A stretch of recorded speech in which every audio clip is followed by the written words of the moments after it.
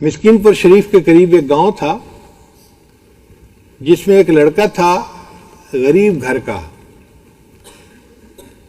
اور اس کے ذمے ماں باپ نے لگایا ہوا تھا کہ بس تم نے بکریاں چرانی ہیں۔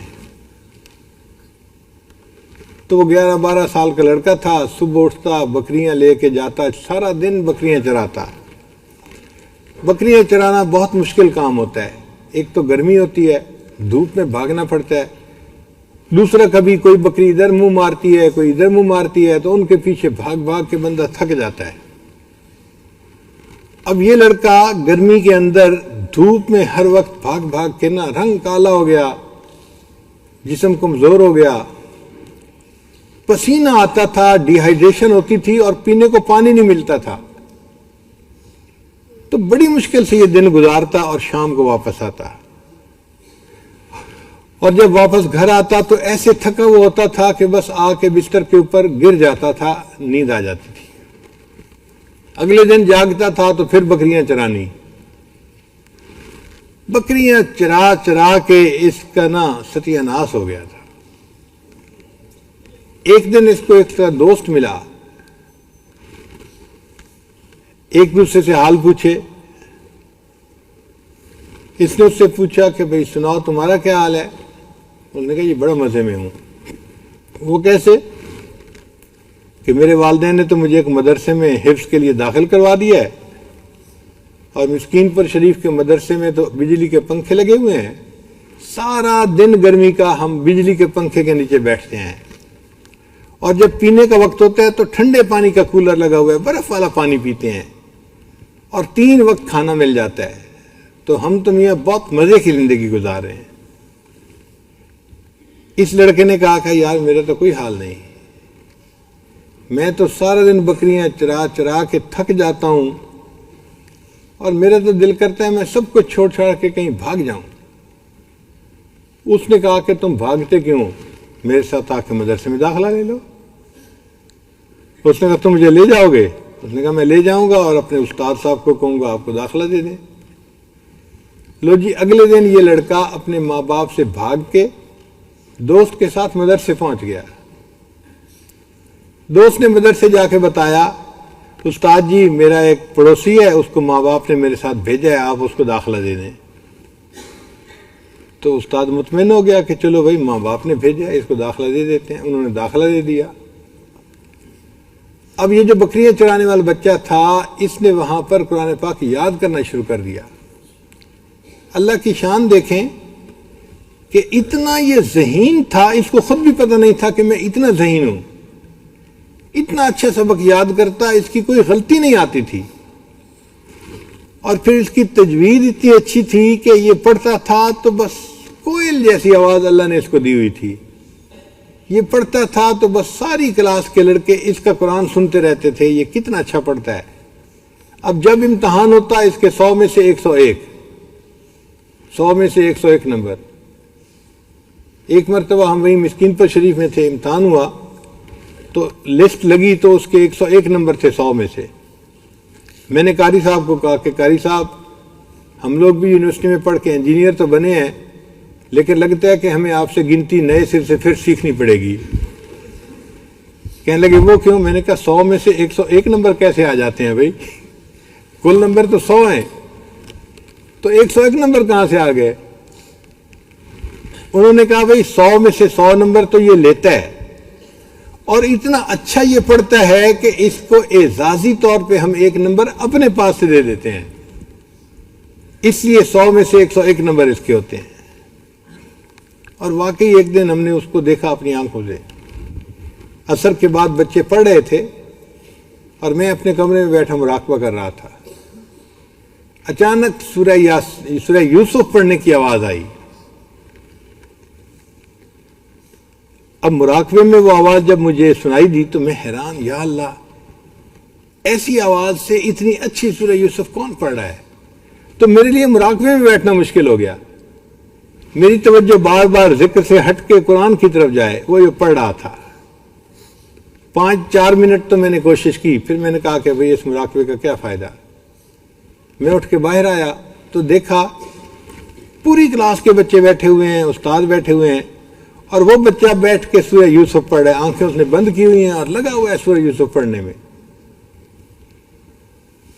جو لوگ قریب سے راستہ گزر رہے تھے نا وہ بھی وہاں کھڑے ہو گئے، اور میں جو اپنے کمرے میں بیٹھ کے ذکر کر رہا تھا، معاملات کر رہا تھا، میں بھی چھوڑ کے وہاں پہنچ گیا۔ سارے لوگ اس کا قرآن سن رہے تھے، جب تک اس نے سورہ یوسف مکمل نہیں کی کوئی بندہ وہاں سے نہیں ہلا، اتنا اچھا قرآن پڑھتا تھا۔ خیر جب اس نے وفاق کا امتحان پاس کر لیا، حافظ بن گیا، تو اس نے اپنے استادوں سے مشورہ کیا کہ استاد جی مجھے کیا کرنا چاہیے؟ استادوں نے کہا بھئی آپ بہت ذہین ہیں، بہتر یہ ہے کہ آپ ملتان چلے جائیں اور وہاں پہ عالم بن جائیں۔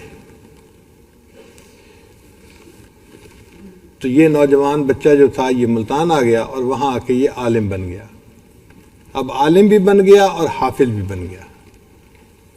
اللہ تعالیٰ کی شان دیکھیں، اب اس نے چونکہ امتحان دے دیے تھے تو اس کو واپس اپنے گاؤں جانا تھا، اور یہ ابھی بھی ڈر رہا تھا کہ میں گاؤں واپس جاؤں گا تو میرے والدین مجھے کہیں گے کہ تیرا کام ہے بکریاں چرانا، جاؤ پھر بکریاں چراؤ۔ انہی دنوں ملتان کی ایک مسجد میں قرات کا مقابلہ ہوا، اور قرات کے مقابلے کے لیے انہوں نے کہا تھا کہ جو اچھی تلاوت کرے گا اس کو عمرے کا ٹکٹ انعام میں دیا جائے گا۔ تو بڑے لوگ راہ حضرات جو تھے اس میں مقابلے میں حصہ لینے کے لیے آئے۔ اس کو بھی کسی نے بتایا تو یہ قاری صاحب بھی پہنچ گئے۔ اللہ کی شان دیکھیں کہ مسجد کمیٹی والوں نے ایک عربی شیخ کو بلایا ہوا تھا، وہ بھی کسی مقصد سے اسلام آباد میں اس سے ملاقات ہوئی تھی، کوئی عرب کے رہنے والے تھے۔ ان کو انہوں نے قاضی بنا دیا، جج بنا دیا کہ جی یہ فیصلہ کریں گے کہ سب سے اچھی قرات کس نے کی۔ سب قرآن پاک پڑھا۔ جب اس قاری صاحب کے قرآن پڑھنے کی باری آئی نا تو انہوں نے اتنا اچھا پڑھا کہ سننے والوں کا دل مو لیا، انہوں نے دل خوش ہو گیا ان کا۔ سننے کے بعد ہر بندہ کہتا تھا کہ جی سب سے اچھا قرآن پاک انہوں نے پڑھا ہے۔ اب عمرے کی ٹکٹ کا رزلٹ اناؤنس ہونا تھا، تو وہ جو عربی شیخ تھے وہ سٹیج پہ آئے اور انہوں نے کہا کہ بھئی میری ذمہ داری تھی کہ میں اناؤنس کروں کہ کون فرسٹ آیا ہے۔ تو انہوں نے اس بچے کا نام لیا کہ انہوں نے سب سے بہتر قرآن پاک پڑھا ہے، اور اس کو ایک انعام دیا جائے گا مسجد کمیٹی کی طرف سے، وہ عمرے کا ٹکٹ ہے، اور ایک انعام دیا جائے گا میری طرف سے کہ میں اس کا قرآن سن کے جو خوش ہوا ہوں۔ اس کو 2 انعام ملیں گے۔ اب مجمع حیران۔ تو پہلے تو اس عربی شیخ نے ٹکٹ ان کو پکڑائی، یہ جی عمرے کی ٹکٹ ہے، یہ آپ کو انعام مل گیا۔ اب مجمع حیران ہے کہ بھئی اس کو دوسرا انعام کون سا ملتا ہے۔ تو عربی شیخ نے اعلان کیا کہ دوسرا انعام جو میں اس بچے کو دینا چاہتا ہوں وہ یہ ہے کہ میں مکہ مکرمہ کا رہنے والا ہوں، میری ایک بیٹی ہے جو جوان العمر ہے اور اس نے مجھے اجازت دے کے بھیجا تھا، میں اپنی اس بچی کو اس نوجوان کے نکاح میں دینا چاہتا ہوں۔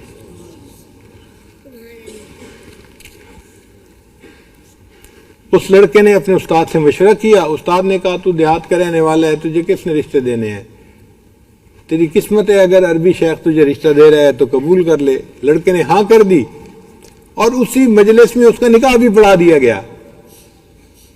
اللہ کی شان دیکھیں کہ جب نکاح ہو گیا تو دوسرے دن عربی شیخ نے کہا بھئی اب آپ کا نکاح میری بیٹی سے ہو چکا ہے، اب آپ میرے ساتھ سعودی ایمبیسی چلیں۔ وہ اس کو لے کے اسلام آباد چلا گیا۔ جو سعودی ایمبیسیڈر تھا نا وہ اس عربی شیخ کا دوست تھا۔ اس نے بتایا کہ جی میں نے اپنی بیٹی اس کے نکاح میں دی ہے اور اس کا اقامہ بننا ہے، فلاں بننا ہے، اور اس نے کہا جی کہ میں اس کو 5 سال کا ویزا لگا کے دے دیتا ہوں، آپ اس کو اپنے ساتھ ہی عرب لے جائیں اور وہیں پہ پھر اس کا اقامہ بھی بنوا دیں۔ اللہ کی شان دیکھیں کہ وہ عربی شیخ جو تھا اس نے اس نوجوان کا ویزا لگوایا، پھر اس کی ٹکٹ بنوائی اور اپنے ساتھ اس کو لے کر مکہ مکرمہ چلا گیا۔ وہ لڑکا جو دھوپ کے اندر بکریاں چراتا تھا اور پسینے میں رہتا تھا، آج قرآن مجید کی برکت سے اس کا گھر مکہ مکرمہ میں بنا، شادی ہوئی، وہاں کے ایئر کنڈیشن گھروں میں وہ رہنے لگ گیا، اور وہ بچہ قرآن پاک پڑھتا تھا جب وہ روزانہ رات کو طواف کیا کرتا تھا بیت اللہ کا، کہاں بکریوں کے پیچھے بھاگتا تھا اور کہاں بیت اللہ کا طواف کرتے ہوئے اسے قرآن پاک پڑھنے کی سعادت مل رہی ہے۔ یہ ہوتا ہے پرجوش طالب علم کہ شوق ہوتا ہے اور وہ بندہ جو کام کرنا چاہتا ہے اس کو کر گزرتا ہے۔